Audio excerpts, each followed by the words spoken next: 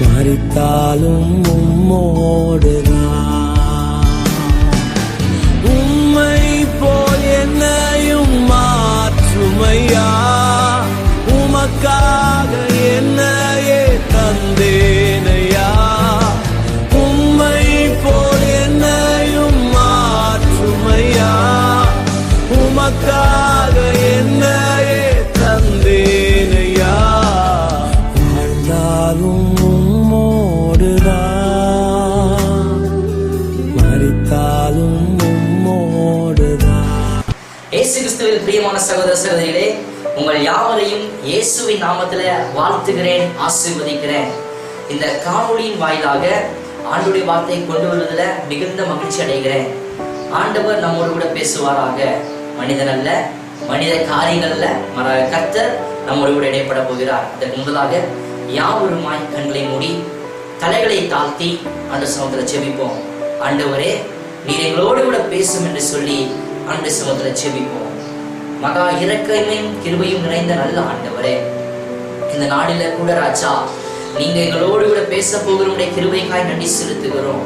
மனிதன் அப்பத்தினால் மாத்திரமல்ல, தேவனுடைய வாயிலிருந்து வருகிற ஒவ்வொரு வார்த்தையினாலும் பிழைப்பார் என்று வேதவசனம் சொல்லுகிற பிரகாரமாக ஆண்டவரே, நாங்கள் உம்முடைய வார்த்தையில பிழைக்க கர்த்தர் எங்களுக்கு கிருபை தர வேண்டுமாய் செபிக்கிறோம். நீர் எங்களோடு கூட இருக்க வேண்டுமாய் செபிக்கிறோம். உம்முடைய வார்த்தைகளோடு கூட இடைப்பட வேண்டுமாய் செபிக்கிறோம். உம்முடைய வார்த்தைகளை உருவாக்க வேண்டுமாய் செபிக்கிறோம். எங்கள் ஆவி ஆத்தும சரீரத்தில் ஒரு புதிய பலன் கொடுக்கட்டும் ஆண்டவரே.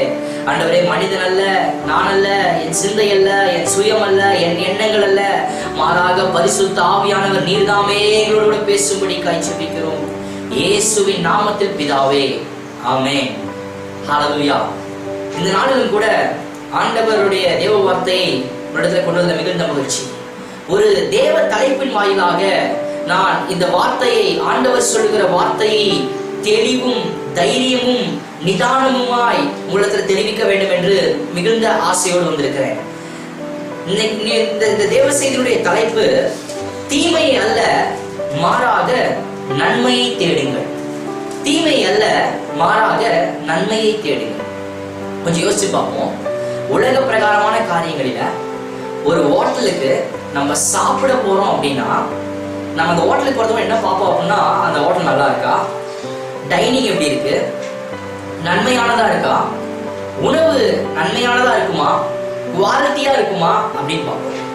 ஒரு உடை வாங்க துணி கடைக்கு, ஜவுளி கடைக்கு போறோம்னா கூட நம்ம எப்படி பார்ப்போம் அப்படின்னா, அங்க ஜவுளியோட ரேட் என்ன வரும், அந்த மெட்டீரியல்ஸ் எப்படி இருக்கும், அதுல கொஞ்சம் லைஃப் கிடைக்குமான்னு சொல்லி நன்மையானதா பார்ப்போம்.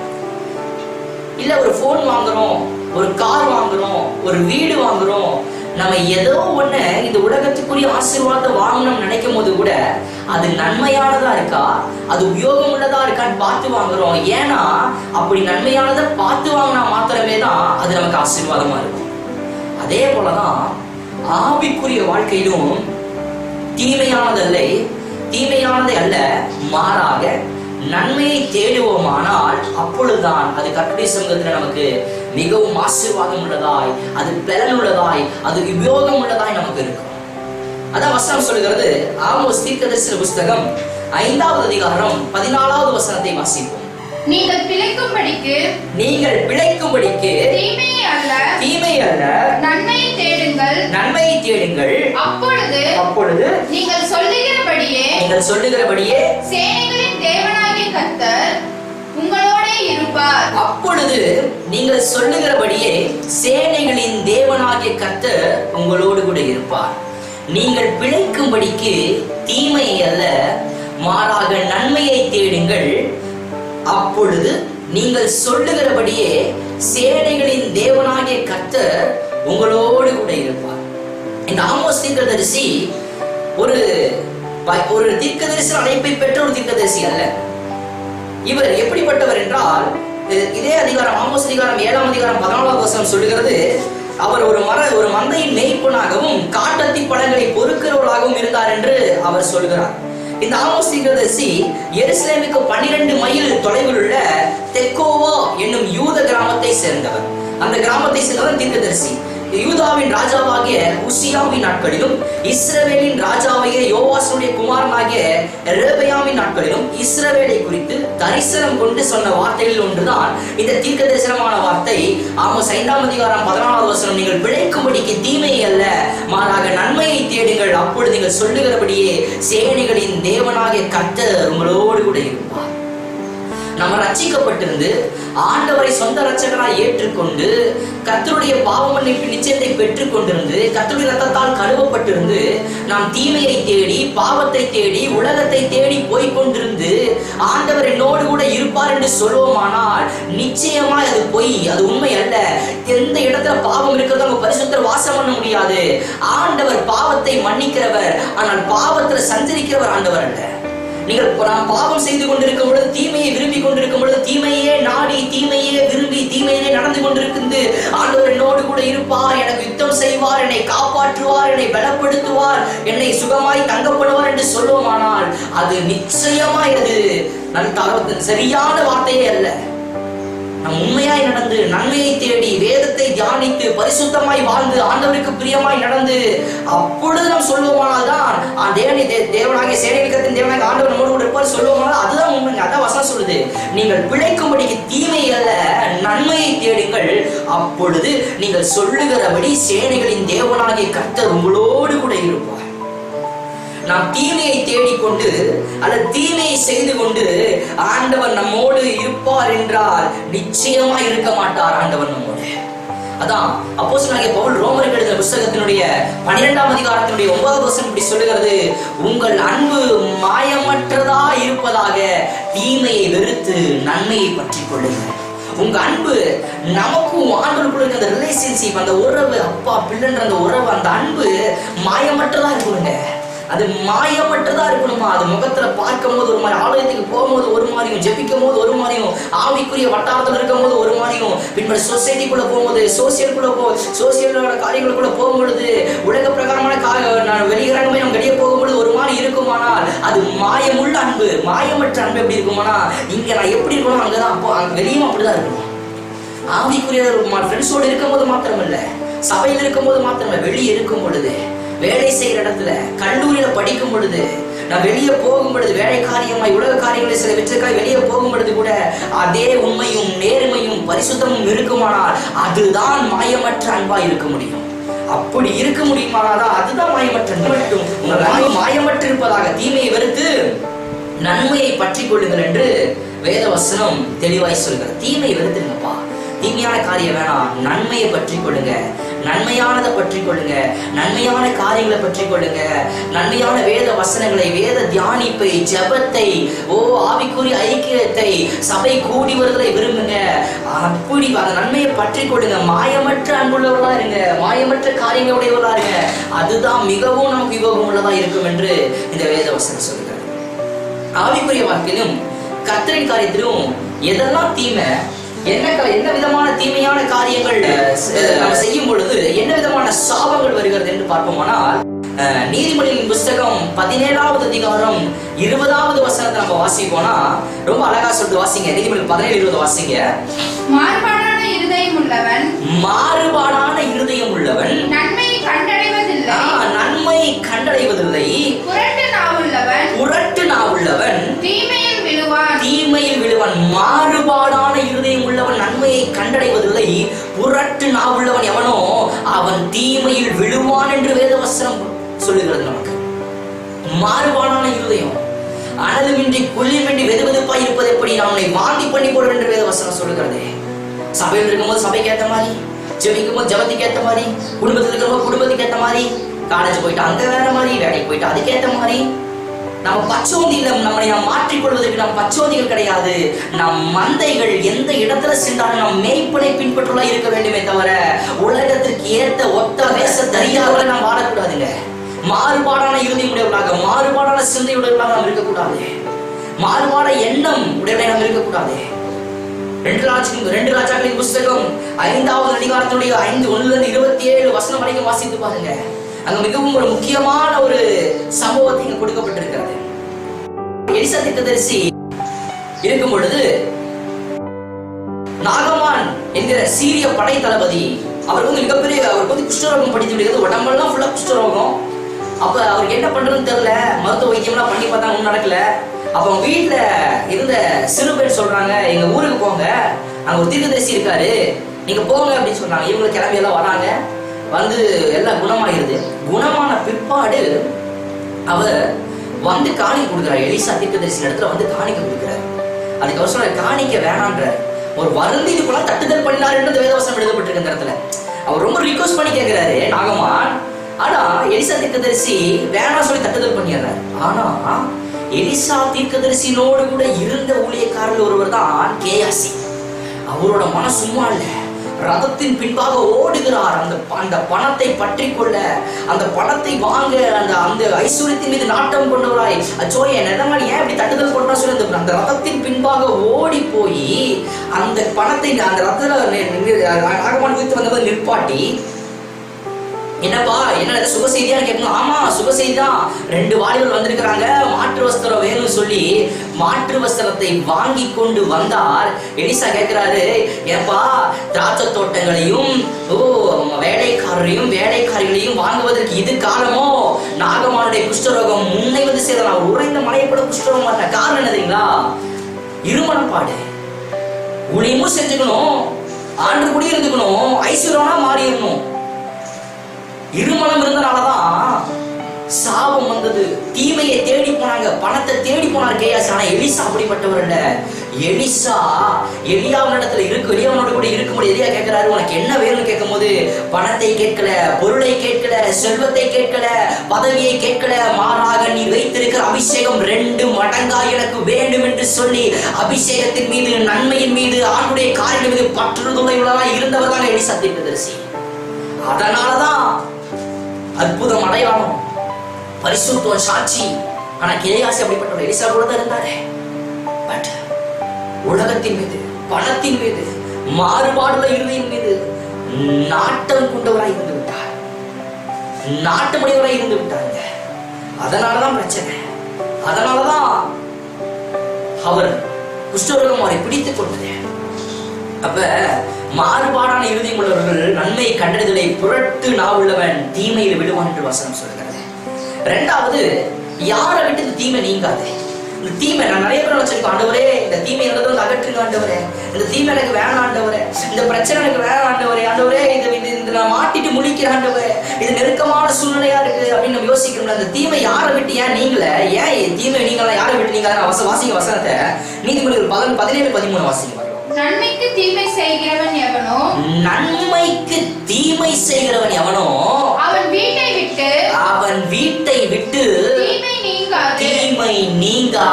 நன்மைக்கு தீமை செய்கிறவன் எவனோ அவன் வீட்டை விட்டு தீமை நீங்காது. நன்மைக்கு தீமை செய்கிறவன், உங்களோடு கூட இருக்கிறவங்க உங்க நன்மையே செஞ்சுட்டு இருக்கும் பொழுது, உங்களுக்கு எவ்வளவோ நன்மை அவங்க செஞ்சிருக்கும் பொழுது, அவங்களுக்கு நீங்க தீமை செய்ய நினைத்தது இருப்பீர்களானால், நாம நினைத்திருப்போமானால், நான் நினைத்திருப்பேனால், நம் வீட்டை விட்டு தீமை நீங்காது, நம் வீட்டை விட்டு இந்த பிரச்சனை மாறாது, நம்மளை விட்டு இது மாறவே மாறாது. கேயாசி எலிசாவை கூடவே தான் இருந்தாருங்க. ஆனா நன்மையானதை எலிசா நினைக்கும் பொழுது, கேயாசிக்கு நன்மையான காரியங்களை நினைத்துக் கொண்டிருக்கும் பொழுது கூட, கேயாசி நினைத்ததெல்லாம் ஐஸ்வர்யத்தின் மீது, தீமையான காரியம் மீது, உலகத்தின் மீது, ஆண்டவருக்கு விருப்பமில்லாத காரியங்களின் மீது கேயாசி பற்றுதல் கொண்டதின் நிமித்தமாக தான் கேயாசினுடைய வாழ்க்கையில குஷ்டரோகம் என்கிற தீமை நீங்காமல் அவனை பிடித்து கொண்டதற்கு காரணம், கேயாசி தீமையை பற்றி கொண்டான், தீமையை விரும்பினான், நன்மையை விட்டு விட்டான். நன்மைக்கு தீமை செய்தார்கள் கேயாசி. அதனாலதான் அந்த சாபம், அதனாலதான் அந்த பிரச்சனை, அதனாலதான் அந்த பாடுகள்.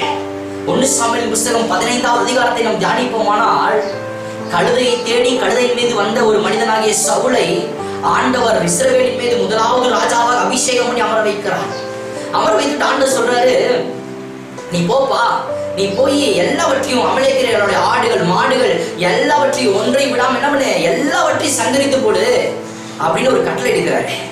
ஆனா இந்த சாமுவேல் கட்டளையில எப்படி ஃபாலோ பண்ணா, போனார், ஆண்டவர் பேச்சை கேட்டு போனாரு, யுத்தத்துக்கு போனாரு, எல்லாம் பண்ணாரு. ஆனா என்ன பண்ணாருன்னா, 9வது வசனத்தை வாசிங்க.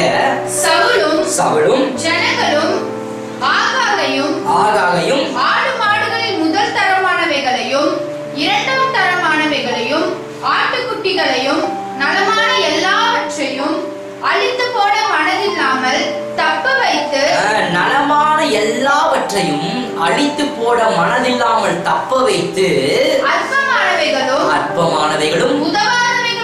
உதவாதவைகளுமான சகல வஸ்துக்களையும் முற்றிலும் அழித்து போட்டான். நலமானதெல்லாம் தப்பு அழிக்கிறதுக்கு மனசால தப்பு வச்சுட்டு அற்பமானதை அழிச்சிட்டாங்களாம். ஆமே, இன்னைக்கு நம்மள அப்படிதான் பண்ணிட்டு இருக்கோம். நன்மைக்கு தீமை செஞ்சுட்டு இருக்கோம். நலமானதான் நம்ம விட்டுறோம். நலமானது நம்ம எடுத்துக்கிறதே இல்லை. உள்ளான மாற்றத்தை நாம விரும்பல. உள்ளான மாற்றத்தை நம்ம விரும்பல. வெளியே நம்ம சரி எப்படி நம்ம எதெல்லாம் விட்டுறோம். சபைக்கு வரும்போது நல்லா எண்ணெய் பூசுறோம், தலை சீவுறோம், எல்லாம் பண்றோம். ஆனா வெளியே இருக்கும் பொழுது, மற்றவங்க பார்க்கும் பொழுது, நம்ம பக்கத்து வீட்டுக்கார்ட்ட, நம்ம வேலை செய்யறட்ட, நம்ம குடும்பத்துல நம்மகிட்ட சாட்சி இருக்கான்னு கேட்டா அங்க நம்ம மிஸ்டேக் பண்ணி வரோம். நலமானதை விட்டுறோம், நன்மைக்கு தீமை செய்யறோம். நலமான காரியம் எல்லாவற்றையும் விட்டுறோம். வெளியே போகும்போது சாட்சி பகிர்ந்தாதான் அங்க இருக்கிறவரோட ஆண்டோடைய அன்பை அறிந்து கொள்வாங்க சிஸ்டர், அறிந்து கொள்வாங்க பிரதர். அங்க விட்டுட்டு சபையில் ரட்சிக்கப்பட்டு அனைவரும் இருக்கிற இடத்துல நான் பரிசுத்தமாய் வாழ்வதை போல நான் காட்டிக் கொண்டிருப்பேன். ஆனால் அந்த இடத்துல என்ன ஒரு மாற்றம் வரும்? என்ன ஒரு மாற்றம் வரும்? ஆண்டவர் சொல்லுகிறார், நான் பரிசுத்த வாழ்ந்ததில்ல, மாறாக பாவிகளை ரட்சிக்கவே நான் வந்தேன். பாவ செய்யற இடத்துலதான் பரிசுத்த ஆண்டவர் எதிர்பார்க்கிறாரு.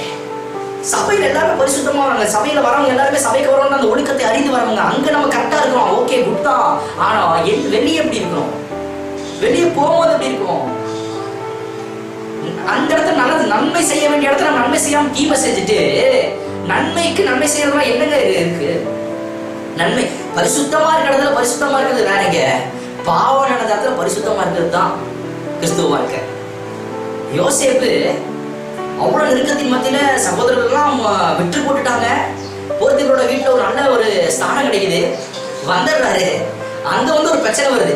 அவருக்கு என்னன்னா, அவர் நினைச்சிருந்தாருன்னா அவர் தவறு செஞ்சிருக்கலாம். ஏன்னா யாரும் சொல்ல மாட்டாங்க, இன்னி வசதியா வாழ்ந்திருக்க முடியும். ஆனா அவர் வசதி வாய்ப்பை பார்க்கல. நன்மை செய்தவர்களுக்கு தீமை செய்ய வேண்டாம் என்கிற எண்ணத்தை நினைத்தனாலதான் தன் வஸ்திரம் போனாலும் பரவாயில்லை, தன் உணவு போனாலும் பரவாயில்லை, தன் அதிகாரம் போனாலும் அங்கீகாரம் போனாலும், என் நேம் என்னோட பேரு கெட்டு போனாலும் பரவாயில்ல, என் ஆண்டவராகிய கர்த்தருக்கு விரோதமாய் நான் எப்படி பாவம் செய்வேன் என்று சொல்லி தன் வஸ்திரத்தை விட்டு விலகி ஓடி போனார். அதனாலதான் எகிப்துக்கு ஆண்டவரை தலைமையை வைத்தார். இழந்தால் தான் பெற்றுக்கொள்ள முடியும். பாவத்தை இழந்தால் தான் பரிசுத்தமும் ஆசீர்வாதம் வரும். பாவத்தை இழக்காட்டி பரிசுத்தம் ஆசீர்வாதம் வராதுங்க. வெளிச்சம் இருக்கிற இடத்துல இருளுக்கு வேலை இல்லை. இல்ல இருளும் இருக்கணும், வெளிச்சம் இருக்கணும், அது முடியவே முடியாது. அனலுமின்றி குளிருமின்றி ஆற்றில் ஒரு கால் சேர்த்து ஒரு கால் வைத்துக் கொண்டு வாழ்கிற வாழ்க்கை இனி வாழ முடியாது. இது கடைசி காலம். கர்த்தர் சீக்கிரமாய் வரப்போகிறார். மனம் திரும்புங்கள், கோடாரியானது மரத்தின் வேரையிலே வைக்கப்பட்டிருக்கிறது என்று மத்தேயு புத்தகத்தில் சொல்லப்பட்டிருக்கிறது. டைம் நல்ல கனி கொடாத மரங்கள் எல்லாம் வெட்டுண்டு அக்கினியிலே போடப்படுகிற காலம். அதோ ஆண்டவர் சீக்கிரமாய் வரப்போகிறார். மனம் திரும்புங்கள். இன்னியுமே நம்ம பாவத்தோட வாழ்வோம்னா முடியாது சிஸ்டர், முடியாது பிரதர். அவன் நன்மைக்கு தீமை செஞ்சா நன்மைக்கு தீமை செஞ்சு எவனோ அவனை வீட்டை விட்டு தீமை நீக்காத வேதவசனம் சொல்லுது. சிம்சோனோட கதை எல்லாத்துக்குமே தெரியும். நியாயாதிபதிகள் புஸ்தகத்துல சிம்சோன் மிகவும் ஒரு நல்ல பராக்கிரமசாலி, ஆண்டுடைய அபிஷேகத்தை பெற்றவன். நியாயாதிபதி புஸ்தகத்தினுடைய 15வது அதிகாரத்துல வசனம் சொல்லுகிறது, பச்சை தாடை எலும்பை கொண்டு கிட்டத்தட்ட 1000 பேர்த்தை அவர் கொண்டு போட்டாராம். ஆனா அவ்வளவு நன்மை பெற்றிருந்தோம், அவ்வளவு அபிஷேகத்தை ஆசீர்வாதத்தை பெற்றிருந்தோம். என்னெல்லாம் எங்க தெரிஞ்சுல இருந்துச்சு? எண்ணம் ஃபுல்லா ஸ்திரீ மேல, அந்நிய பெண்கள் மேல. அந்த எண்ணம் இருந்தனால அவருடைய அபிஷேகத்தை அவர் தக்க வைத்துக் கொள்ள முடியல. அவருடைய நன்மையை அவர் தக்க வைத்துக் கொள்ள முடியல. அவர் பரிசுத்த வாழ்க்கை அவர் தக்க வைத்துக் கொள்ள முடியல. அவர் கொடுத்த ஸ்தானத்தை, அபிஷேகத்தை, அந்த பராக்கிரமத்தை அவர் தக்க வைத்துக் கொள்ள முடியல. சவுல போல இழந்து போயிட்டாரு. தலையில உட்கார வச்சு மொட்டை அடிச்சாங்க, மடியில படுக்க வச்சு. அது கூட தெரியல என்னைக்கு பாவத்துல விழுந்து போறோம், பிசாசு மொட்டை அடிச்சிருவோன்றது இதுல இருந்து தெளிவா புரியுது. கடைசியில சொல்லுது, 1000 பேர்த்த கொண்டு போட்ட சிம்சோன், அச்சோ ஆண்டவர் தன்னை விட்டு நீங்களே அறியாமல் மீண்டுமாய் வெளியே தைரியத்தோட போனாரா. பெலிஸ்தியர் அவரை பிடித்து அப்படியே மொட்டை அடிச்சு கண்ணை நோண்டி போட்டான்னு வேதவசனம் சொல்லுங்க. எவ்வளவு கொடும்! ஆண்டவரால் அபிஷேகம் பண்ணப்பட்ட ஒரு மனிதன், ஒரு பராக்கிரமசாலி தோத்து போனதுக்கு காரணம் என்ன தெரியுங்களா? ஒரே ஒரு காரணம் தான், நன்மையை தேடல, தீமையை தேடினாங்க. சாபம் வந்தது, பாவம் வந்தது, கிருபை அற்று போனது, கிருபை இல்லாமலாகிவிட்டது. காரணம் நன்மை இல்லை, தீமையை தேடினால்தான். தீமையை தேடினால்தான் பிரச்சனை.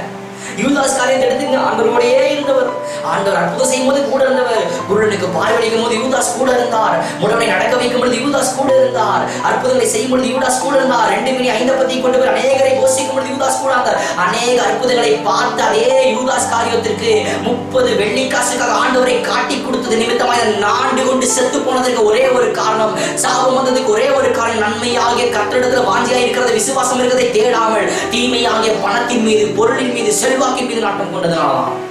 அதான் ரீசன். அதான் தீமை வந்துச்சு. அப்போஸ்தலர்கள் அனனியா சப்ரானை குறித்து வேதவசனம் சொல்லுகிறது. அவங்களோட நிலத்தை தான் விட்டாங்க. நினைச்சுதான் சொல்லிக்கலாம், ஒரு பங்கு நான் வச்சுக்கிறேன், ஒரு பங்கு நான் கொடுத்துற சொல்லிக்கலாம். ஆனா போய் சொன்னாங்க, நன்மைக்கு தீமை செய்தார்கள். 2 பேரும் செத்து போயிட்டாங்க. ஒரு பேட் எக்ஸாம்பிளா மாறிட்டாங்க. இன்னைக்கு நம்ம வாழ்க்கை எப்படி இருக்கு? நம்ம தீமை தேடுறோமா, நன்மை தேடுறோமா? வேலை செய்யற இடத்துல சிஸ்டர், பிரதர், உங்களை குறிச்சு நல்ல எக்ஸாம்பிள் சொல்ல முடியுமா? சொல்லுவாங்க அப்படின்னா நீங்க உண்மையா நன்மை தேடுறீங்க. அப்படி சொல்ல முடியல அப்படின்னா நம்ம தீமை தேடி கொண்டிருக்கிறோம், நம்ம மனம் திரும்ப வேண்டிய காலத்தில் இருக்கிறோம் அர்த்தம். வேலை செய்யறது என்னை குறிச்சு நல்ல எக்ஸாம்பிள் சொல்லணும் பிரதர். நான் வேலை செய்யறதுல நல்ல குறிச்சு எக்ஸாம்பிள் சொல்லணும். நான் ஊழிய செய்யறதுல என்னை குறிச்சு நல்ல எக்ஸாம்பிள் சொல்லணும். என் பக்கத்து வீட்டை என்னை குறிச்சு நல்ல எக்ஸாம்பிள் சொல்லணும். அந்த சாட்சி, அந்த டெஸ்டிமோனி இருக்கணும். அப்போஸ் நடவடிக்கையில அந்திரேயர்கள் சீசனுக்கு கிறிஸ்துவ 2 பேர் வழங்கப்பட்டது என்று வேதவசனம் சொல்லுகிறது. ஏன்? அவங்க கிறிஸ்துவ போல பார்த்தாங்க, அவங்க வாழ்க்கை கிறிஸ்துவமா இருந்தது, விட்டு கொடுத்தாங்க, ஆண்டுடைய வார்த்தைய சுவிசேஷம் சொன்னாங்க, தாழ்மையா வாழ்ந்தாங்க. அதனாலதான் இவங்க பார்க்கிறவங்க கிறிஸ்துவ போல நடக்கிறாங்கப்பா. அதனாலதான் கிறிஸ்துவன்னு பேர் வழங்கப்பட்டது. கிறிஸ்டியன்ல பேர் வச்சுக்கிறனால, கிறிஸ்துவனுடைய முறையினரை பேர் வைத்தினால் ஒரு கிறிஸ்துவன் அல்ல. கிறிஸ்துவின் வாழ்கிற, கிறிஸ்துவ பிரகாரமாய் வாழ்கிறவன், கிறிஸ்துவுக்குள்ளாய் வாழ்கிற அந்த அனுபவத்தை பெற்றவன், ஆண்டவர் தன்னோடு வாசம் பண்ணுகிற அந்த அனுபவத்தை பெற்றவன். ஐயோ, பாவத்தோடு வாழ்ந்தால் பரிசுத்தரை விட்டு பிரிந்து போய் விடுவாரே என்ற அந்த பயம், கர்த்தர் மீது ஒரு பயத்தை கொண்டு வாழ்கிற ஒரு மனிதனிடத்துல மாத்திரம்தான் நன்மை இருக்கும். அந்த மனுஷனால மாத்திரம்தான் சாட்சி பகிர முடியுங்க. அதான் வசனம் ரொம்ப தெளிவா சொல்லுது. யோனாவின் தீர்க்கதரிசன புஸ்தகம் 2ஆம் அதிகாரம் 8ஆம் வசனம் சொல்லுகிறது, பொய்யான மாயை பற்றி கொள்ளுகிறவர்கள் தங்களுக்கு வரும் கிருபையை போக்கடிக்கிறார்கள். பொய்யான மாயை, அநித்தியமானதை, நித்தியமான பரலோக ராஜ்யத்தை, நித்தியமான வேத வசனத்தை, நித்தியமான ஜப வாழ்க்கையை, நித்தியமான சபை கூடி வருவதை விட்டுவிட்டு பொய்யான, மாயையான, தீமையான லாபரி வஸ்துக்களை, பணத்தின் மீது, பொருளின் மீது பற்றுதல் கொண்டு இருக்கிறவர்கள் தங்களுக்கு வரும் கிருபையை போக்கடிக்கிறார்கள் என்று வேத வசனம் ஆணித்தனமாய் சொல்லுகிறது. கிருபைன்றது பாவத்து மேல பாவம் செய்யறது இல்ல. கிருபை என்பது பாவத்திலிருந்து மனம் திரும்பி பரிசுத்த வாழ்க்கைக்குள் வருவதுதான் கிருபையை தவிர, பாவத்துக்கு மேல பாவம், அக்கிரத்துக்கு மேல அக்கிரம, தீமைக்கு மேல தீமை, நிர்விசாரத்துக்கு மேல நிர்விசாரம் இருக்குமானால் அது கிருபை அல்ல. கிருபை என்பது பாவத்திலிருந்து மனம் திரும்புவது. அதான் வசனம் சொல்லுது, பாவத்தின் சம்பளம் மரணம். பாவத்தை மறைக்கிறவன் வாழ்வடைய மாட்டான், அதை அறிக்கை செய்து விட்டு விடுகிறவன் தானோ இரக்கம் பெறுவான். மாற்றம், சேஞ்ச் ஆகிறது எதிர்பார்க்கிறானே. கிறிஸ்துவ வாழ்க்கைன்றதே, கிறிஸ்துவ அறிந்து கொண்ட வாழ்க்கைன்றதே ஒரு டிரான்ஸ்ஃபர்மேஷன் லைஃபுங்க. ஒரு மாற்றம் ஏற்படும். பழைய வாழ்க்கைக்கும் புதிய வாழ்க்கைக்கும் மாற்றம். நான் அப்பவும் படம் பார்த்தேன், அப்பவும் டிவி பார்த்தேன், அப்பவும் கிண்டல் பண்ணுவேன், உலக பிரகாரமா பேசுவேன், துன்மார்க்கம் ஆலோசனை பண்ணி நடுவேன், பாவிட வழி நில்லுவேன், பரியாசக்கார உட்காரத்துல உட்காருவேன், எல்லாத்தையும் பண்ணுவேன். இப்போவும் நான் ரட்சிக்கப்பட்டிருந்தோம் உலக பிரகாரமா நான் வாழ்வேன் அப்படின்னா அது கிறிஸ்துவ வாழ்க்கை அல்ல, அது வேஷம் தரிக்கப்பட்ட வாழ்க்கை. கிறிஸ்துவ வாழ்க்கை என்பது இந்த டிரான்ஸ்ஃபர்மேஷன், சேஞ்ச் கிடைக்குங்க. அந்த மாற்றம் வரணுங்க, அந்த சேஞ்ச் வரணும், நம்ம லைஃப்ல வரணும். அதுதான் கிறிஸ்துவ வாழ்க்கை. அதுக்கு தீமையை தேடினா அது நன்மையை தேடணும். தீமையை தேடினா சாபம் தான் வரும். சபலுக்கு வந்தது அபிஷேகம் பண்ணதுக்கே கர்த்தர் சபலின் அபிஷேகம் பண்ணதுக்கு மனஸ்தாபப்பட்டேன் என்று வேதவசனத்தை சொல்றார் ஆண்டவரே. சாபம் வந்தது சிம்சோனுக்கு, சாபம் வந்தது யூதாஸ் காரியத்துக்கு, மரணம் வந்தது அன்னியா சப்பாளுக்கு, மரணம் வந்தது. காரணம் என்னதுங்களா? நன்மையான காரியத்தை எவ்வளவோ வாய்ப்பு கிடைச்சு விட்டு தீமையை தேடி போனாங்க. அதனாலதான் சாபம், அதனாலதான் பாவம், அதனாலதான் மரணம், அதனாலதான் நெருக்கம். வாட்ஸ்அப்ல ஒரு பக்கம் ஆண்டோட போட்டோ, இன்னொரு பக்கம் உலக காரியமான காரியங்களை வச்சுட்டு ஆண்டோட நன்மை செய்வார், நீ விடுதலை ஆக்கணும் நிச்சயமா முடியாது. அனலை விட்டு குளிரி விட்டு இருக்கணும். நான் படத்துக்கெல்லாம் போக மாட்டேன் பிரதர், ஆனா வீட்டு நாடகம் பார்ப்பேன். பாவம் பாவமே, அது சின்னதா செஞ்சாலும் சரி, பெருசா செஞ்சாலும் சரி. பாவம் பாவமே. அதான் ஆண்டவர் 10 கட்டளைகளை கொடுக்கும்போது கொலை செய்யாத இருப்பாய் 10 கட்டளை தான் கொடுத்தாரு. பொய் சாட்சி சொல்லாத 10 கட்டளை தான் கொடுத்தாரு. பாவம் பாவமே. பாவத்துல சின்னது பெருசெல்லாம் இல்ல. பாவம் செய்கிற ஆத்மாக்களை ஆண்டவர் விரும்ப மாட்டார். மனம் திரும்புவதை ஆண்டவர் விரும்புறாங்க. அதுக்குதான் ஆண்டவர் அடிக்கப்பட்டார். அதுக்கு ஆண்டவர் ரத்தம் சிந்தினாரு. அதுக்கு ஆண்டவர் வந்தாரு பூமிக்கு. அதுக்குதான் ஆண்டவர் உங்களை என்னை ரசித்து வச்சிருக்கிறார். நம் தீமை மாறணுமா, இந்த நெருக்கம் மாறணுமா, தயவு செய்து தீமை விட்டுருவோம். வசனம் சொல்லுகிறது, இன்றைக்கு நீங்கள் உங்களை பரிசுத்தப்படுத்திக் கொள்ளுங்கள், நாளைக்கு நீங்கள் அற்புதங்களை காண்பீர்கள். இன்னைக்கு பரிசுத்தப்படுத்திக் கொள்ளணும்னா, இன்றைக்கு ஆண்டவர் பிரியமா வந்தோம்னா நாளைக்கு அற்புதங்கள் ஆண்டவர் நம்ம செய்ய முடியுங்க. தீமை வச்சுக்கொண்டு, பாவத்தை வச்சுக்கொண்டு, நிர்விசாரமா இருந்துட்டு, ஜெபிக்காம இருந்துட்டு, வேத வாசிக்காம இருந்துட்டு, இவ்வளவு நெருக்கமான சூழ்நிலை, இவ்வளவு கஷ்டமான சூழ்நிலை, ஆண்டவர் எவ்வளவோ நேரத்துல ஜெபம் பண்ணுவோம். அச்சோ எனக்கு வேலைக்கு போய் வரேங்க வீட்டுக்காரு, எனக்கு டைம் கிடைக்காது, அது கிடைக்காது, இது கிடைக்காது, நைட் ஷிஃப்ட்லாம் சொன்னோமே. இந்த லாக்டவுன்ல எவ்வளோ டைம் கிடைச்சது. எத்தனை பேர், எத்தனை குடும்பம் ஆண்டு சொந்த திறப்பில் ஜெபம் கையை பிடிச்சி ஜெபம் பண்ணோம். குடும்பத்தை மாற்றுங்க ஆண்டவரே.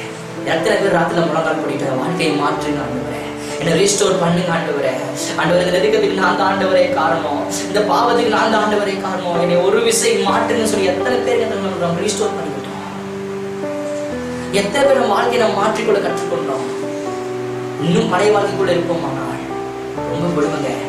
ரொம்ப அழகா வசனம் சொல்கிறது, அடிக்கடி கடிந்து கொள்ளப்பட்டும் தன் பிடரையை கடினப்படுத்துகிறவன் சகாயமின்றி சடிதிலே விழுந்து நாசம் அடைவான். அடிக்கடி ஆண்டவர் உன்னை சொல்லியும் நம்மள சொல்லியும் இல்ல நான் முடியாது, நான் மனம் மாற மாட்டேன், என்னாலும் மாற முடியும் உட்கார்ந்து கொண்டு இருப்போமானால் சகாயமின்றி சடுதியிலே விழுந்து நாசம் அடைவான். சதியில டக்குன்னு பிரச்சனை வரும், டக்குன்னு ப்ராப்ளம் விழுந்து நாசம் அடைந்து.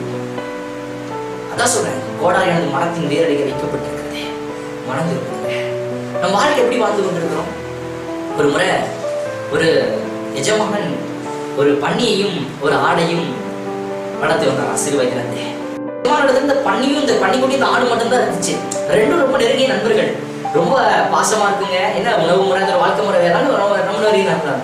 ஒரு நாள் வளர்ந்த பிற்பாடு எஜமான ஒரு நாள் காலையில் எழுந்து அது இரண்டையும் சற்று குளிப்பாட்டி அது கொஞ்சம் நல்லா நீட் பண்ணி அப்படியே ஒரு வாக்கிங் போயிட்டு அவன் அனுப்பிவிட்டாங்க. இந்த ஆடும் பன்னியும் அப்படியே நடந்து கொண்டே போய் கொண்டிருந்தது. சற்று தூரம் போன பிற்பாடு கொஞ்சம் தூரத்துல பார்த்தீங்கன்னா ஒரு குட்டை, ஒரு சேர் மிகுந்த ஒரு குட்டை ஒன்று வந்தது. இந்த ஆடு பார்த்து கொண்டிருந்தது. இந்த பன்னி கூட வரைக்கும் நல்லா நடந்து போயிட்டு சுத்தமான பன்னி அந்த குட்டையை பார்த்தவுடன் தன் கூட வந்த அந்த ஆடு நண்பனை மறந்து விட்டு அந்த குட்டையில் போய் விழுந்து குதித்து புரள ஆரம்பிக்குது. இந்த ஆடு நண்பனுக்கு ஒண்ணுமே புரியல, என்ன பண்றான் நம்ம நண்பன், சரி போய் பாப்பமே சொல்லிட்டு இது போய் இந்த குட்டையில இறங்குச்சு. நான் ஸ்மெல்லு தாங்க முடியல, ரொம்ப மோசமான ஸ்மெல் வந்தோம்னா ஆட்டுனால இருக்க முடியல. ஐயோ இது எனக்கு வேணாம், இந்த அசுத்தம் எனக்கு வேணாம், ஐயோ இந்த அசுத்தமான ஸ்மெல் எனக்கு வேணாம், அந்த சாக்கடை எனக்கு வேணாம்னு சொல்லி எழுந்து வந்து வெளியே வந்துருச்சு. எல்லாம் வெளியே வந்து உதறிட்டு பாக்குது. அந்த பன்னி நண்பன் அதுலயே தான் விழுந்து கிடந்தாங்க, அதுலயே தான் விழுந்து கிடந்தான். ஆனா ஆட்டுனால இருக்க முடியல. உங்களுக்கு தெரியுங்களா, கிறிஸ்துவ பிள்ளைகள் மந்தைகள் அவர்களால் பாவத்தில் இருக்க முடியாது. நாம் எப்படிப்பட்டவர்களாய் வாழ்கிறோம்? சேற்றுக்குள் விழுகிற பன்னிகளை போலவா, இல்ல பாவத்தில் இருந்த நாட்டத்தை வாழ முடியாதுன்னு சொல்லி வெளியே வருகிற ஆட்டை போல வாழ்ந்து கொண்டிருக்கிறோமா? நாம் எப்படி வாழ்கிறோம் என்பது நமக்கு தெரியும். பாவத்தின் சம்பளம் மரணம். பாவத்தை ஆண்டவர் விரும்புகிறதில்லை. பாவத்தை ஆண்டவர் விரும்புவதில்லை. நான் பரிசுத்தராய் இருக்கிறது போல நீங்களும் பரிசுத்தராய் இருங்கள் என்று ஆண்டவர் சொன்னார். அதான் வசனம் ரொம்ப தெளிவாய் சொல்லுகிறது. வாசிங்க, நீதிமொழியின் புஸ்தகம் 1ஆம் அதிகாரம் கடைசி 32வது வசனத்தை வாசிங்க பார்க்கலாம். 29-32 வரைக்கும் வாசிங்க பார்க்கலாம். அவர்கள் அறிவை வெறுத்தார்கள், கர்த்தருக்கு பயப்படுதலை தெரிந்து கொள்ளாமல் போனார்கள். என் ஆலோசனையை அவர்கள் விரும்பவில்லை, என் கடிந்து கொள்ளுதலை எல்லாம் அசட்டை பண்ணினார்கள். ஆகையால் அவர்கள் தங்கள் வழியின் பலனை புசிப்பார்கள், தங்கள் யோசனைகளினால் திருப்தி அடைவார்கள். பேதைகளின் மாறுபாடு அவர்களை கொல்லும், மூடரின் நிர்விசாரம் அவர்களை அழிக்கும். பேதைகளின் மாறுபாடு அவர்களை கொல்லும், மூடரின் நிர்விசாரம் அவர்களை அழிக்கும். நிர்விசாரமா இருக்குமானா மூடரா இருக்கணும் அர்த்தம். மூடரா நிர்விசாரமா இருக்குமானா அது நம்மளை அழிச்சு கொடுங்க. வேதவசம் தெளிவா சொல்லுது.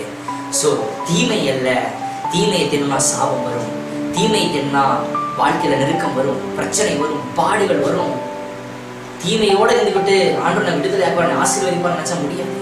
ஹோட்டல்ல போய் கெட்டு போன சாப்பாடு கம்மி ரேட்டுக்கு வாங்கி சாப்பிட்டு நான் உடல் ஆரோக்கியமா இருப்பேன் முடியாது. நன்மையானதை சாப்பிடும் பொழுதுதான் நன்மையான ஆசீர்வாதம் நமக்கு வரும். போயிட்டு ஒரு ரிப்பரான கார் வாங்கிட்டு நான் அங்கிருந்து ரொம்ப தூரம் 5000 கிலோமீட்டர் பயன்பட முடியாது. நன்மையா நல்ல கார் வாங்கினா ரொம்ப தூரம் பயணிக்க முடியாது. அது போலதான் வாழ்க்கையும், ஆவிக்குரிய வாழ்க்கை அதே மாதிரிதான். நன்மையான வேத வசனத்தை, நன்மையான ஜப வாழ்க்கை, நன்மையான சபை கூடி வருதலை, பரிசுத்த வாழ்க்கை புரிந்து கொண்டு அறிந்து கொண்டு அதை பற்றி பின்பற்றி நடக்கமானதாங்க நம்ம வாழ்க்கை ஆசீர்வாதமா இருக்கும். அது பிரயோஜனம் உள்ளதா இருக்கும். அது ஆண்டு சொல்ல பலப்படத்தக்கதாகவும் அக்கம் பக்கத்துல சாட்சி உள்ளதா இருக்கும். தீமை திறன் அப்படி இருக்காது. ஆனா நன்மையை தேடுறவங்களுக்கு ஆண்டவர் சில ஆசீர்வாதங்களை வைத்திருக்கிறார். வாசனைகளா ஒரு வசனத்தை கூட வாசிக்கலாம். சங்கீதம் 37:3 வாசிக்க பார்க்கலாம். சங்கீதம் 37ஆம் அதிகாரம் 3வது வசனத்தை வாசிங்க. கர்த்தரை நம்பி நன்மை செய், தேசத்தில் குடியிருந்து சத்தியத்தை மேய்ந்து கொள். கர்த்தரை நம்பி நன்மை செய், தேசத்தில் குடியிருந்து சத்தியத்தை மேய்ந்து கொள். அப்ப தேசத்தை நாம குடியிருந்து எதை மேய்ந்து கொள்ளா? சத்தியத்தை. இஸ்ரவேலை ஆசீர்வதிப்பதே பிரியம் என்று சொன்ன, பொன்னும் வெள்ளியும் என்னுடையது என்று சொன்ன இந்த வேத வசனத்தை ஆண்டு எழுதி கொடுத்திருக்கிறார். இந்த சத்தியத்தை மேய்ந்து கொள்ளணும். வசனம் ரொம்ப தெளிவா சொல்லுதுங்க. அழகா ஆண்டு சொல்றாரு, நான் வேதத்தின் மகத்துவங்களை அவர்களுக்கு எழுதி கொடுத்தேன், அவர்கள் அதை அந்நிய காரியமாக எண்ணினார்கள். நீ நிறைய பேர் வேதத்தை அந்நிய காரியமாக என்றோம். நிறைய பத்திரிகைகளை படிக்கிறோம், நியூஸ் பேப்பர்ஸ் படிக்கிறோம், வேதத்தை டெய்லி படிக்கிறவங்க ரொம்ப கம்மியாயிட்டாங்க. டெய்லி எத்தனை பேர் சொல்ல முடியும்? நான் 1 மணி நேரம் ஜெபம் பண்றேன், எடுத்திருந்து நான் 2 மணி நேரம் நிக்கிறேன், என் தேசத்துக்கே நான் திறப்பில் இருக்கிறேன். எத்தனை பேர் சொல்ல முடியும் நம்மளால? உன் வாழ்க்கை வசனம் சொல்றது ரொம்ப அழகா, சத்தியத்தை மேய்ந்து கொள்ளுப்பா. நான் சொல்றது வசனம், இரவும் பகலும் கர்த்தருடைய வேதத்தில் பிரியமாய் இருந்து வேதத்தை தியானிக்கிற மனுஷன் பாக்கியவான். அவன் நீர்க்காலில் ஓரமாய் நடப்பட்டு தன் காலத்தில் தன் கனியை தந்து இலையுதிராவது இருக்கிற மரத்தை கொடுப்பான். அவன் செய்வதெல்லாம் தாங்க வாய்க்கும். வேதத்தை தியானிக்கிற மனுஷன் செய்வதெல்லாம் தான் வாய்க்கும். அப்ப நன்மையானதுன்னா வேதம் தியானிக்கிறது, ஜெபிக்கிறது, சபை கூடி வரதான் நன்மை. அதை பற்றி கொள்ளணும். கர்த்தரை நம்பி நன்மை செய்யணும். நெருக்கம்தான், பிராபலம் தான், ஆண்டவன் நம்பி இருக்கேன், ஆண்டு சொந்த உட்காருவேன், கர்த்தர் நன்மை செய்வான், கர்த்தர் நம்பணும். அப்படி நம்பி பாவத்தை விட்டு நாம் நன்மை செய்வோமானால் ஒரு 3 விதமான ஆசீர்வாதங்களை மாத்திரம் நம்மளோட அநேக ஆசீர்வாதங்கள் இருக்கிறது. நான் 3 விதமான ஆசீர்வாதங்கள் மட்டும் உங்களிடத்துல கோடிட்டு காட்ட விரும்புகிறேன். வாசிக்கலாம். முதலாவது ஆசீர்வாதம் என்ன அப்படின்னா, நிலைத்திருப்பது. The first blessing, நன்மை செய்வோம் அப்படின்னா, ஆண்டவருக்கு பிரியமான காரியத்தை செய்வோம் அப்படின்னா, பரிசுத்தத்துக்கு ஏற்ற காரியத்தை செய்வோம்னா, ஃபர்ஸ்ட் blessing என்ன? நிலைத்திருப்போம். வாசிங்க சங்கீதம் 37:20 வாசிங்க. தீமையை விட்டு விலகி நன்மை செய், என்றென்றைக்கும் நிலைத்திருப்பாய். தீமையை விட்டு விலகி நன்மை செய், என்றென்றைக்கும் நிலைத்திருப்பாய். என்னுடைய கூட வசனத்தை வாசிங்க பார்க்கலாம். தீமையை விட்டு விலகி நன்மை செய், என்றென்றைக்கும் நிலைத்திருப்பாய். தீமையை விட்டு விலகி நன்மை செய், என்றென்றைக்கும் நிலைத்திருப்பாய். தீமையை விட்டு விலகி நன்மை செய்யணும். பாவத்தை விடணும், பாவமான காரியங்களை விடணும், ஆண்டவருக்கு பிடிக்காத அறிவறுப்பை விடணும், போன்ல ட்ரோல் வீடியோ வைக்கிறத விடணும், சில விதமான உலகமான படம் பார்க்கறத விடணும், யூடியூப்ல வேண்டாத காரியத்தை பார்க்கறத விடணும், ஆண்டவருக்கு பிடிக்காம அருவருப்பான உடைகளை போட்டு கொடுத்துறத விடணும். ஒரு ரொம்ப கவனிக்கத்தக்கதாக ஒரு மதிப்பு மிக்கதான ஒரு உடை கொடுத்தணும். அதுக்காக ரொம்ப காஸ்ட்லியா இல்லைங்க, நம்மளை பார்த்த ஒரு ஜென்ரேட்டர் கிறிஸ்துவன்ற ஒரு அடையாளம் தெரியணும். அப்படிப்பட்ட உடை கொடுத்து நம்ம கற்றுக்கொள்ளணும். தீமையை விட்டு விலகணும். மற்றவங்க பார்த்து நம்ம தூசிக்கிற மாதிரி, ஆண்டவர் நம்ம தூசிக்கப்படுற மாதிரி காரியங்களை விட்டு விலகி நம்ம பேச்சுல ஒரு மாற்றம், நம்ம செயல்பாடுல ஒரு மாற்றம், நம்ம பக்கத்துல பழகின அந்நியத்துல ஐக்கியத்துல ஒரு மாற்றம், எல்லா மாற்றத்தை நம்ம டிரான்ஸ்ஃபர்மேஷனை ஏற்படுத்தி தீமையை விட்டு நன்மை செஞ்சோம்னா அப்படி நம்ம நிலைத்திருக்குமா. அது எந்த காலகட்டத்தில் வேணாலும் நம்ம செய்யணும். தானியேல் புத்தகத்துல 1ஆம் அதிகாரத்துல இருந்து வாசிப்போம் அப்படின்னா, பாபிலோன் ராஜா கர்த்தருடைய பிள்ளைகளை சிறையிருப்புல எடுத்துட்டு போறாங்க. எடுத்துட்டு போயிட்டு ரொம்ப தெளிவா அந்த வசனம் சொல்லுது. என்ன நடக்குது? 3ஆவது வசனத்தை வாசிங்க பார்க்கலாம். அப்பொழுது இஸ்ரவேல் புத்திரருக்குள்ளே ராஜகுலத்தார்களிலும் துரை மக்களிலும் யாதொரு மாசும் இல்லாதவர்களும் அழகானவர்களும் சகல ஞானத்திலும் தேறினவர்களும் அறிவில் சிறந்தவர்களும் கல்வியில் நிபுணரும் ராஜாவின் அரண்மனையிலே சேவிக்க திறமையுள்ளவர்களும் ஆகிய சில வாலிபரை கொண்டு வரவும்.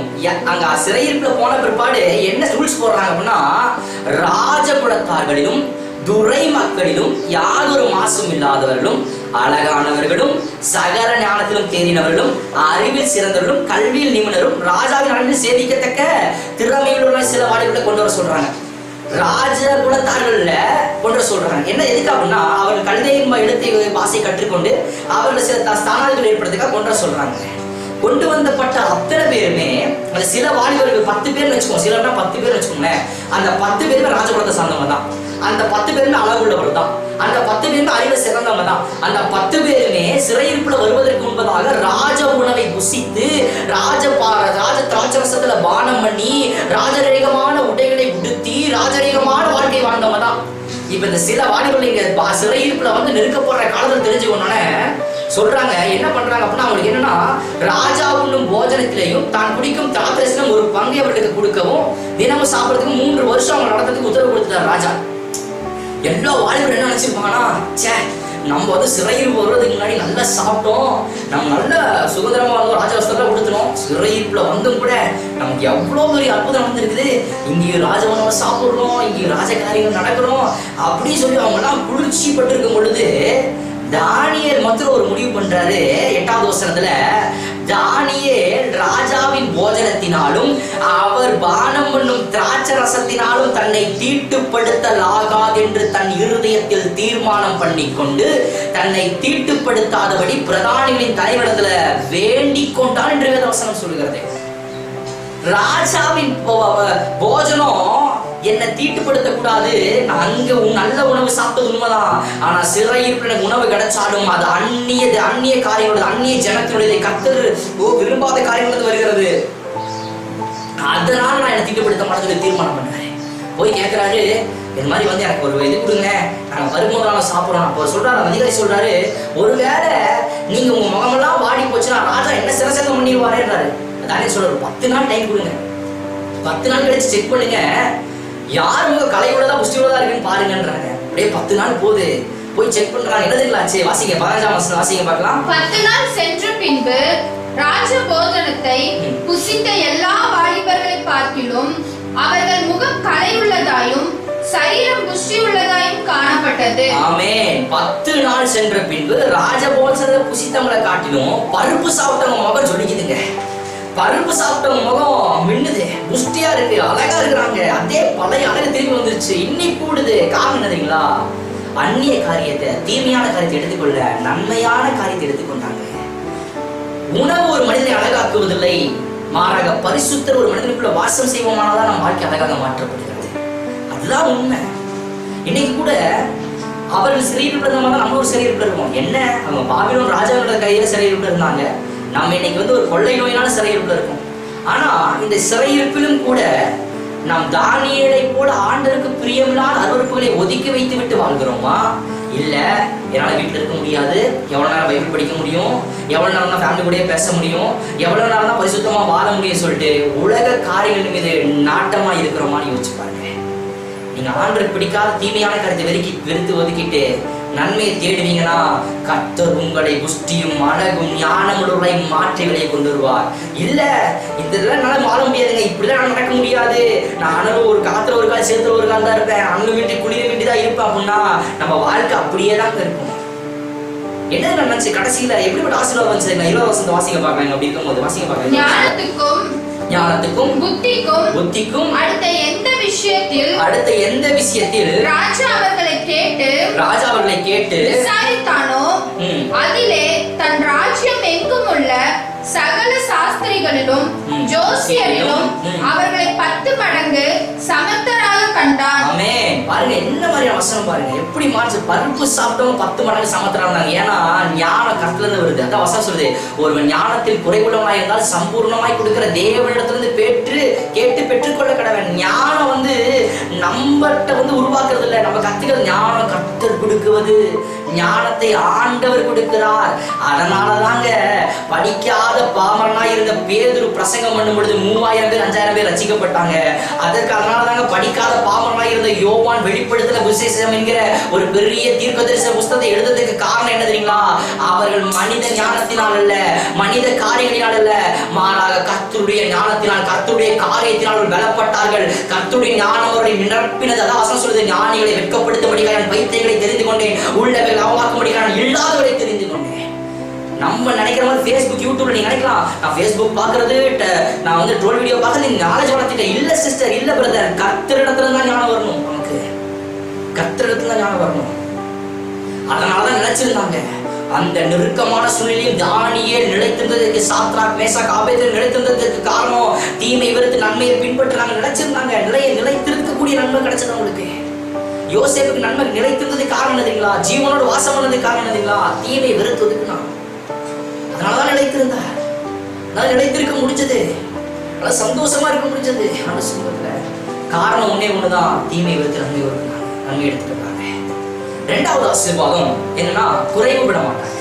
The second blessing, தீமையான காரியத்தை வெறுத்து, பாவத்தை வெறுத்து, நன்மையை பின்பற்றி, வேதத்தை பின்பற்றி வாழ்றவங்களோட செகண்ட் blessing என்ன? குறைவு விட மாட்டாங்களா? வாசிங்க, எல்லாம் தெரிஞ்ச வசனம், சங்கீதம் 34:10 வசனம். சிங்கக்குட்டிகள் தாழ்ச்சியடைந்து பட்டினியா இருக்கும் கர்த்தரை தேடுகிறவர்களுக்கோ ஒரு நன்மையும் குறைபடாது.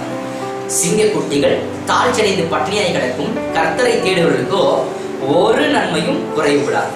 ஆமென். குறைபடவே மாட்டாங்க. ஆண்டவர் தேடி வந்தோம்னா, பாவத்திட்டு பரிசுத்தத்தை பின்பற்றி கொள்வோம்னா நம்ம குறைபடவே மாட்டோம். பாருங்க ஆபிரகாமோட வாழ்க்கையை பாருங்க. ஆதியாகமம் 12:1-6 வாசிச்சு பாருங்க. ஆபிரகாம் ஏதோ ஒரு தொழில் பண்ணிட்டு இருந்தாரு, உலக காரியத்தில் இருந்தாரு. ஆனா ஆண்டவர் அழைச்ச பொழுது என்ன பண்ண போறோம் தெரியல, என்ன காரியம் தெரியல. அழைப்பை ஏற்று தேவனை நம்பி வந்தார். தேவன் அவரை குறை வைக்கவே இல்லை. ஆபிரகாம் விருத்தி அடைந்தார். அவருடைய சந்ததி ஆண்டவர் வானத்து நட்சத்திரங்களை போல, கடற்கரை மலை போல பெருக செய்ததுக்கு காரணம் என்ன தெரியுங்களா? நன்மையை தேடினாங்க, அழைப்பை பெற்றி கொண்டாங்க, அழைப்புல உறுதியா இருந்தாங்க. கர்த்தரை விடாமல் பற்றி கொள்வது நோக்கமா தான் அவங்க குறைபடவே இல்லை. மேலும் மேலும் பெருக்கும், மேலும் மேலும் ஆசீர்வாதம். ஆபிரகாமுடைய பிள்ளை ஈசாக்கு விருத்தி அடைந்ததுக்கு காரணம், வளர்ச்சி பெற்றதுக்கு காரணம் என்ன பாருங்க? ஒரே ஒரு காரணம், இந்த ஆண்டவரத்தை கீழ்ப்படைஞ்சாரு. வறட்சியான காலத்துல விதை விதைத்த பொழுது 100 மடங்கு ஆசீர்வாதத்துக்கு காரணம் இல்லைங்களா? அழைப்பு, சொன்ன வார்த்தை கீழ்ப்படிஞ்சது, நன்மையை தேடினது. வறட்சியை பார்க்கல, பிரச்சனைய பார்க்கல, தண்ணி இல்லைன்றத பார்க்கல, பூமியெல்லாம் வறட்சியா இருக்கேன்னு பார்க்கல. ஒன்னே ஒண்ணுதான் நோக்கம், என் ஆண்டுடைய சத்தத்தை நான் கீழ்ப்படிவேன், கர்த்தருடைய வார்த்தை கீழ்ப்படிதான் இருப்பேன். ரூத்தோட புத்தகத்தை வாசிங்க, 2ஆம் அதிகாரத்தை வாசிச்சு பாருங்க. 1ஆம் அதிகாரத்துல ரொம்ப தெளிவா சொல்லுது. ரூத்து நகோமியுடைய 2 மகன்கள் மரித்து போறாங்க, கணவர் மரிச்சு போயிடுறாரு. ரொம்ப கொடுமையான காலகட்டம்.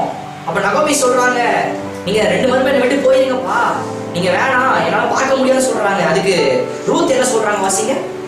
அப்பொழுது அவர்கள் சத்தமிட்டு அதிகமாய் அழுதார்கள். ஓர்பால் தன் மாமியை முத்தமிட்டு போனாள், ரூத்தோ அவளை விடாமல் பற்றி கொண்டாள். அப்பொழுது அவள், இதோ உன் சகோதரி தன் ஜனங்களிடத்துக்கும் தன் தேவர்களிடத்துக்கும் திரும்பி போய்விட்டாளே, நீயும் உன் சகோதரின் பிறகே திரும்பி போய் என்றாள். அதற்கு ரூத், நான் உம்மை பின்பற்றாமல் உம்மை விட்டு திரும்பி போவதை குறித்து என்னோட பேச வேண்டாம். நீ போகும் இடத்திற்கு நானும் வருவேன். நீ தங்கும் இடத்திலே நானும் தங்குவேன். உம்முடைய ஜனம் என்னுடைய ஜனம், உம்முடைய தேவன் என்னுடைய தேவன். நீ மரணமடையும் இடத்தில் நானும் மரணமடைந்து அங்கே அடக்கம் பண்ணப்படுவேன். மரணமே அல்லாமல் வேறொன்றும் உம்மை விட்டு என்னை பிரித்தால் கர்த்தர் அதற்கு சரியாகவும் அதற்கு அதிகமாகவும் எனக்கு செய்ய கடவர் என்றார். கர்த்தர் அதற்கு செய்ய அதிகமாக செய்ய கடவுன்றாங்க. அப்படி அதனாலதாங்க அந்த இடத்துக்கு எஜமானியானது காரணம் தான். நன்மையை பின்றதை தொடர்ந்தாங்க. அந்த கால சூழ்நிலையை பார்க்கல, அந்த நேரத்தை பார்க்கல, இந்த காலகட்டத்தை பார்க்க. நீங்க ஒருவேளை நீங்க இருக்கிற காலம் மிகவும் கொடுமையானதா இருக்கலாம், நீங்க மிகப்பெரிய நெருக்கத்துல இருக்கலாம், நீங்க ஒரு பெரிய பிரச்சனையில இருக்கலாம், உங்க வாழ்க்கையில ஏழு வாழ்க்கையில மாற்றம் அடையல, இத்தனை வாரம் ஆசீர்வாதமே இருக்கலாம். தீமையை விடுங்க, நன்மையை பின்பற்றுங்க, வேதத்தை பின்பற்றுங்க, ஆண்டோட பின்பற்றுங்க. ஏற்ற காலத்துல உங்கள் தேசத்துல மழை பெய்யும். ஆண்டு வார்த்தை சொல்கிறதை காற்றையும் காண மாட்டீர்கள், மழையும் காண மாட்டீர்கள், ஆனாலும் உங்கள் வாய்க்கால்கள் நிரம்பப்படும் என்று வேதவசனம் சொல்கிறது. நன்மையை பின்பற்றுங்க. அவன் கால சூழ்நிலை பார்க்கல. ஆதியாகமம் கால சூழ்நிலை, ஆதியாகமத்தின் புத்தகத்தில் ஆபிரகாம் கால சூழ்நிலை பார்க்கல, அழைப்பை பார்த்தார். ரூத் கால சூழ்நிலை பார்க்கல, பின்பற்றுவதை பார்த்தார். நீங்களும் நான் ஆண்டவரை பின்பற்றோமா? ஆண்டவர் நம்பிக்கொண்டு வாழ்றோமா? ஆண்டவரோடு கூட பயணம் செய்யறோமா? ஆண்டவரோடு கூட வாழ்கிற ஒரு வாழ்க்கை வாழ்கிறோமா? ஆண்டவருக்கு பிரியமில்லாத காரியத்தை ஒதுக்குறோமா? ஆண்டவருக்கு பிரியமில்லாதபடி இருக்கக்கூடிய காரியங்களை ஒதுக்கி ஆண்டவருக்கு பிடித்த காரியங்கள் நம்ம இருதயத்துல வைத்துக் கொண்டு, ஆண்டவரே நம்மளோட பிள்ளை உண்மையா இருக்கு, ஆண்டவரே எனக்கு என்னை நோக்கி பாருங்க ஆண்டவரே, நிரப்புங்க ஆண்டவரே, நம்மளால சொல்ல முடியுமா? அந்த சமூகத்துல நம்மளால சொல்ல முடியுமா? அழைப்பை உறுதிப்படுத்தி இருக்கோமா? எவ்வளவோ உயர்ந்த பதவிக்கு போக நினைக்கிறோமே, அச்சோ அநேக கிராமம் இருக்கே, இந்தியாவில் 5 லட்சத்துக்கு மேற்பட்ட கிராமம் இருக்கே, 2700 இன்னும் மொழி பேசுறாங்களே, 1700 இன்னும் மக்கள் இருக்கிறாங்களே, அங்கெல்லாம் ஆண்டவர் ஏற்றுக்கொள்ளே பாவத்தில் தரிக்கிறாங்களே, அழைப்பு நிறைவேற்ற ஆண்டு வளர்ச்சாலே போனோம் ஆண்டு சங்கத்தில் அப்படியே செய்யறதுக்கு. கால சூழ்நிலை பார்த்தோம். அழைத்த உண்மை உள்ளவர் முடிவு பரியதம் நடத்துறவர் மறந்து விடக்கூடாது. நம்ம கரெக்டாக பிடிச்சாச்சு ஆண்ட சொல்லுவோம், வலது கரத்தை பிடிச்சி அணைச்சிட்டு போவேன், சத்துரு கோணலாகின எல்லா பாதையும் நான் செவையாக்குவேன். எதுக்கு நான் கலங்கணும்? கலங்காதே, திகையாதே, நான் உன் தேவன். தாய் வயிற்றில் உருவாகும் பெயர் சொல்லி அழைத்திருக்கிறேன், உள்ளகையிலும் நான் வரைந்து வைத்திருக்கிறேன். ஆண்டவர் கைவிட மாட்டார். தீமையை வெறுங்க, நன்மையை பின்பற்றுங்க. நம்ம குறைவுபட மாட்டோம்.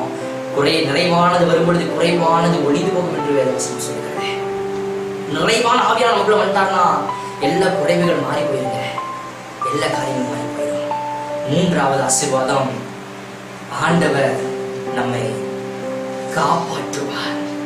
ஆண்டவர் நம்மை காப்பாற்றுவார். 3வது வாசிக்க சங்கீதம் 97:10 வாசிக்கிறோம். கர்த்தரில் அன்பு கூறுகளே, தீமையை வெறுத்து விடுங்கள், அவர் தம்முடைய பரிசுத்தவான்களின் ஆத்துமாக்களை காப்பாற்றி துன்மார்க்கரின் கைக்கு அவர்களை தப்புவிக்கிறார். அவர் தம்முடைய பரிசுத்தவான்களின் ஆத்துமாக்களை காப்பாற்றுகிறாரா? துன்மார்க்கரின் கைக்கு தம்முடைய பரிசுத்தவான்களின் ஆத்துமாக்களை ஆண்டவர் காப்பாற்றுகிறார். நம்ம பரிசுத்தமா வாழ்வோனா, பரிசுத்தமா ஜீவிப்போனா, நம்ம போன சுத்தமா இருக்கும்னா, நம்ம போன் எப்படி இருக்கு, நம்ம இருதயம் எப்படி இருக்கு, நம்ம பார்வை எப்படி இருக்கு, ஆண்டவர் பார்க்கலாம் பரிசுத்தமா இருக்கும்னா ஆண்டவர் நம்ம நிச்சயமா நம்ம காப்பாற்ற வல்லமையுள்ளவராக இருக்கிறார். வேதவசனம் சொல்லுது, இது மனிதனுடைய இருதயங்கள் கேடுள்ளதும் திருக்குள்ளதுமா இருக்கிறது வேதவசனம் சொல்லுங்க. அப்படிப்பட்ட நம்ம மாறுபாடுகளும் வாழக்கூடாதுங்க. பரிசுத்தம் உள்ளவர்களா தெரியாம செஞ்சா கூட ஆண்டவர்ல மன்னிப்பு கேட்டு மனதில்லாம வாழும்போது ஆண்டவர் நம்மை காப்பாற்றுவராக இருக்கிறார். ஆண்டவர் நம்மை நடத்த வல்லமையுள்ளவராக இருக்கிறார். ஆண்டவர் நம்மை போஷிக்க வல்லமையுள்ளவராக இருக்கிறார். கொஞ்சம் யோசிச்சு பாருங்க. எஸ்தர் ராஜாத்தி ஒரு வாலிப பிள்ளை தான். ஒரு மிகப்பெரிய ஒரு ஆப்பர்ச்சுனிட்டி கிடைச்சது அரண்மனையில. ஆனா தன் ஜனங்களுக்கு ஒரு அழிவு வருகிறது என்று தெரிந்த பொழுது தான் மரணிப்பதற்கும் தயாராகி ரெட்டுடுத்தி உபவாசம் பண்ணி ஜபம் பண்ணி தன் தேசத்தை பாதுகாக்க ஒப்பு கொடுத்தவர் தாங்க எஸ்தர் ராஜாத்தி என்கிற வாலிப பிள்ளை. வாலிப தங்கச்சி, தேசம் அழிஞ்சிட்டு இருக்கே, நோய் நொடினால கொள்ளை நோய் தேசம் அழிஞ்சிட்டு இருக்கே, நம்ம ஜப வாழ்க்கை எப்படி இருக்கு? தேசத்துக்காக ஜபம் பண்றோமா? தேசத்துக்காக பரிதவிக்கிறோமா? நன்மையை தேடுறோமா? ஆண்டு சமுதிர வரங்களை பெற்றுக்கொள்ள நாடுகிறோமா? இல்ல தீமையான காரியத்தை, லாபரி வஸ்துகளை, உலகத்தை நோக்கி பார்க்கிறோமா? உலக காரியங்களை நாம் முக்கியத்துவம் கொடுக்கிறோமா? உலக காரியங்கள் நாட்டமுள்ளவா இருக்கோமா? யோசேப்பு ஒரு வாலிப பிள்ளைதான். தவறு தனக்கு வந்த போதும் தவறை விட்டு நன்மையை பின்னோக்கி நன்மை நோக்கி போனது நிமித்தமாக தாங்க அவ்வளவு பெரிய ஆசீர்வாதம். வாலிப சகோதரனே, வாலிப தம்பி, எதை நோக்கி போற?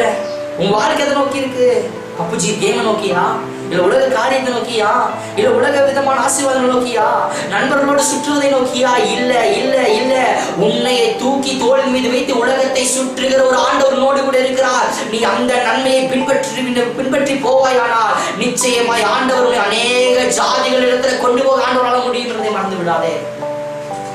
ஒரு எஸ்தரை போல, ஒரு தானியேலை போல தன் வாலிப நாட்களும் ஆண்டவர் கை வைராக்கியம் பாட்டி நன்மையை தேடுகிறவரை ஆண்டவர் தேடி வந்திருக்கிற அந்த கடைசி நாட்களில் நன்மையை தேடுவோமானால் நிலைத்திருப்போம்.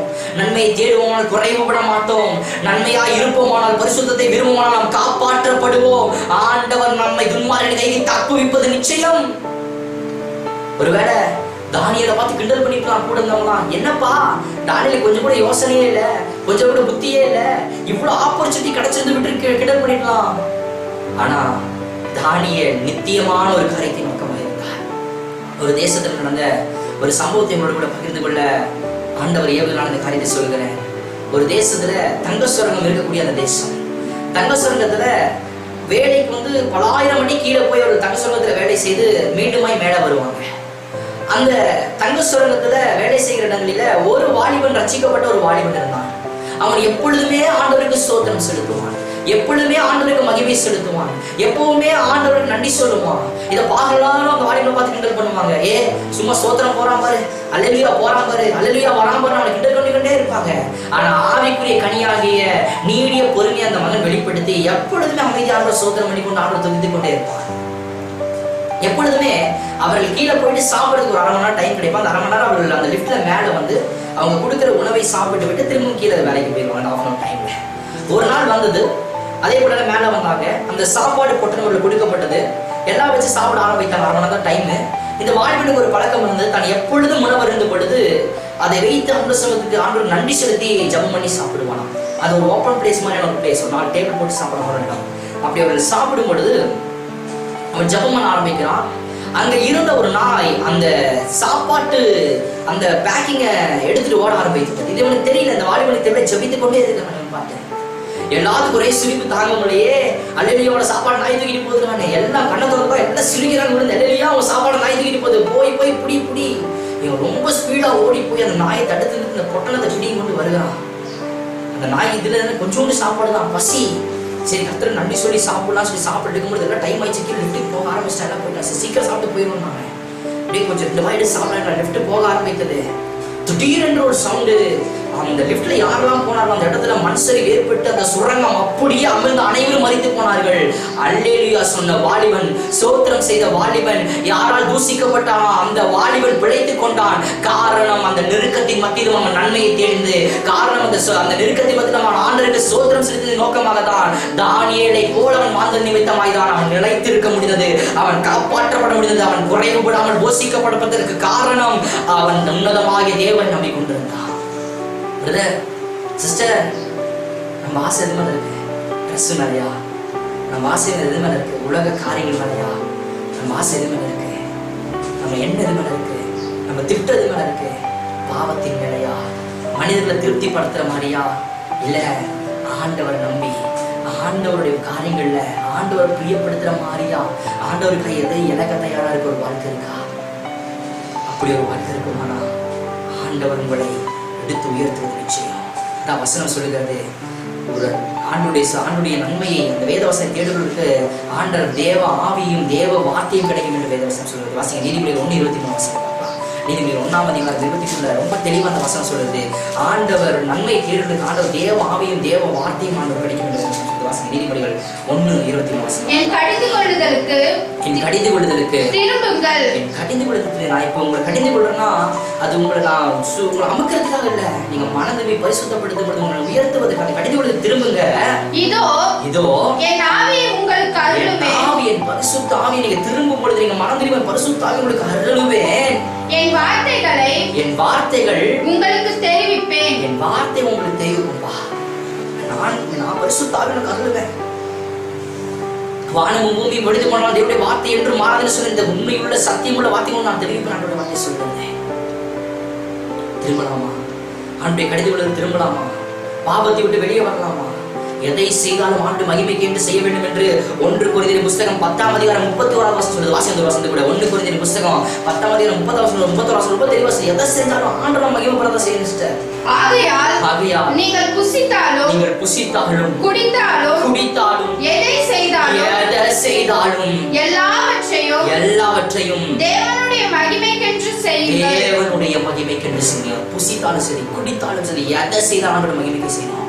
நம்ம வஸ்திரம் உடுத்துற வஸ்திரம் தேவனை மகிமைப்படுத்தணும். நம்ம வாயிலிருந்து வர வார்த்தை நன்மையா இருக்கணும், பரிசுத்தமா இருக்கணும், தேவனை மகிமைப்படுத்தணும். நம்ம அக்கம் பக்கத்துல பழகிற காரியங்கள் தேவனை மகிமைப்படுத்தணும். இல்ல ஆண்டவரை தூசிக்கிற மாதிரி ஆண்டவருடைய சாட்சியை கெடுக்கிற மாதிரி இருக்குமானால் அச்சோ அது மிகப்பெரிய தூசணமாய் மாறும், மிகப்பெரிய சாபமாய் மாறுகிறார். வாழ்க்கை எப்படி இருக்கு சிஸ்டர், பிரதர், அன்பு வாலிப தம்பி, வாலிப தங்கச்சி, ரொம்ப நாளா ரசிக்கப்பட்டு சபையிலே இருக்கிறோம். சின்ன வயசுல சபையில வளர்ந்து இருக்கிறோம்னா பிறந்ததுலேருந்தே சபையில தான் இருக்கணும். பிரச்சனைக்கு எப்படி இருக்கு?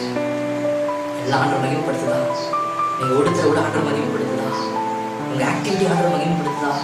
உங்களோட செயல்பாடு ஆண்டவர் மகிமைப்படுத்துதா? தானியேலை போல, யோசேப்பை போல, ஈசாக்க போல, ரூத்தை போல, எஸ்தர் ராஜாத்தியை போல அதை மகிமைப்படுத்துதா? எப்படிப்பட்ட வாழ்க்கை வாழ்றோம்? நம்மை நாமே நிதானிப்போம். அன்றைய இன்றைக்கு ரச்சனை நாள், இன்றைக்கு அணுகிற நாள்.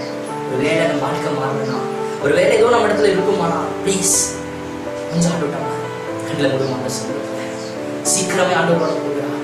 ஆண்டவர் நம்மை நேசிக்கிறார். ஆண்டவர் உங்களையும் என்னையும் ரட்சிக்க ஆவலுள்ளவராக இருக்கிறார். மனம் திரும்புறதுக்கு நீ எப்பப்பா திரும்பி ஒரு ஆண்டவர் எதிர்பார்த்து கொண்டிருக்கிறார். நீ எப்ப என்ற திரும்பி ஒரு ஆண்டவர் எதிர்பார்க்கிறார். சிஸ்டர், பிரதர், அந்த இளையகுமாரன் தவறு செஞ்சு போயிட்டான், எல்லா ஆஸ்தியை அழிச்சுட்டான், தவறு செஞ்சானா. திரும்பி வரும் பொழுது தன்னுடைய தகப்பனார் அவன் வருகிறதை கண்டவனை கட்டி அணைத்து அவனுக்கு முத்திரை மோதிரத்தை இட்டாங்க. அப்படிப்பட்ட ஆண்டவர்கள் நம்ம ஆண்டவர் நோக்கி பார்க்க வந்திருக்கிறார். உன்னுடைய ஒரே ஒரு மனம் திரும்புதல். நீ இந்த வாட்ஸ்அப் ஸ்டேட்டஸ்ல பார்க்குற ட்ரோல் வீடியோஸ் விட்டு நீ மனம் திரும்புற ஒரு காரியம் வாழ்க்கையில மிகப்பெரிய ஆசீர்வாதத்தை கொண்டு வரும். வாழ்க்கையில் நீங்க மாற ஒரு காரியம் மிகப்பெரிய ஆசீர்வாதத்தை கொண்டு வரும். பெற்றோருக்கு கீழ்ப்படிய காரியம் மிகப்பெரிய ஆசீர்வாதத்தை கொண்டு வரும். அன்பு வார்த்தைக்கு செவி கொடுப்போமா? நம்ம ஜெபிக்கலாமா? அன்பின் பரலோகத்து பிதாவே, உம்மை நன்றியோடு துதிக்கிறோம் ராஜா. தீமை அல்ல நன்மையை தேடுகிற என்ற தலைப்பின் மூலியமாக அப்பா, நன்மை தேடினால் வருகிற வரக்கூடிய ஆசீர்வாதத்தை கர்த்தரோடு பேசினதற்காக நன்றி ஆண்டவரே. இதை கேட்டுக்கொண்டிருக்கிற ஒவ்வொரு சகோதரனுக்காக, சகோதரிக்காக, வாலிப தம்பி, வாலிப தங்கச்சிக்காக, ஒவ்வொரு ஆத்துமாக கரத்துல வருகிற ஆண்டவரே, இதை கேட்டுக்கொண்டிருக்கிற ஒவ்வொருவரும் தானியேலை போல வைராக்கியம் உள்ளவர்களாக, ஆண்டவரே எஸ்தர் ராஜாத்தியை போல தேசத்திற்காக கிருபை ஜெபிக்கிறவர்களாக, யோசேப்பை போல பரிசுத்தத்தை நாடுகிறவர்களாக, ஆண்டவரே தகப்பனே உமக்காய் வாழத்தக்கவர்களாக, உமக்காய் ஓடத்தக்கவர்களாக, நன்மையை விரும்புவர்களாக, சபை கூடி வருவதை விரும்புவர்களாக, பரிசுத்தத்தை விரும்புவர்களாக, எடுத்துக்காட்டான சாட்சியுள்ள வாழ்க்கை வாழ்வதாக மாறத்தக்கதாக பரிசுத்த ஆவியானவருடைய இருதயங்களை கிரியை செய்யும்படிக்காய் ஜெபிக்கிறேன் ஆண்டவரே. கர்த்தர் தாமே ஒவ்வொருவரை நடத்துவீராக. அநேக ஜாதிகளை கொண்டு போங்க ராஜா, அநேக இடங்களை கொண்டு போங்க ஆண்டவரே. ஆண்டவரே சுவிசேஷம் பரவத பிள்ளைகளை எடுத்து பயன்படுத்துங்க ஆண்டவரே. ஆண்டவரே நீங்க நீங்க நீங்க உங்களோட கூட இருக்கிறீங்க என்பதை அந்த பிள்ளைகள் அறிந்து கொள்ளட்ட ஆண்டவரே. பரிசுத்தத்தை விரும்பும்படிக்காய் ஜெபிக்கிறேன் ஆண்டவரே. ஒவ்வொரு பிள்ளைகளை ஆசீர்வதிக்கிறேன் ஆண்டவரே. எங்கள் ரட்சகர் மீட்பருமாகிய இயேசுவின் நாமத்தில் ஜெபிக்கிறேன் நல்ல பிதாவே. ஆமென், ஆமென், ஆமென். Praise the Lord. God bless you. உங்களுக்கு நாங்கள் தொடர்ந்து ஜெபிக்கிறோம். எங்களுக்கு நீங்கள் ஜெபித்துக் கொள்ளுங்கள். ஆண்டவர் உங்களோடு கூட இருக்கிறார். God bless you. உம்மை போல் என்னையும் மாற்றுமையா